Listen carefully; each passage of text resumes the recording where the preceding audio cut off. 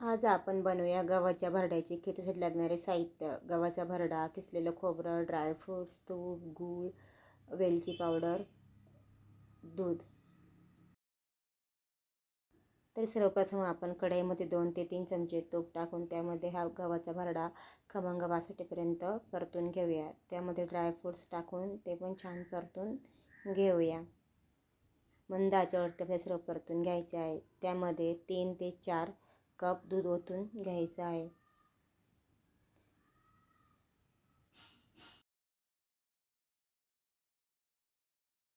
भरडा छान मऊसूत शिजलेला आहे. तर आता यामध्ये आपण सुक्कं खोबरं घालून घेऊया. आता ह्या स्टेजला आपण गॅस बंद करून घेणार आहोत. आता जास्त शिजवलं तर आपली खीर घट्ट होईल.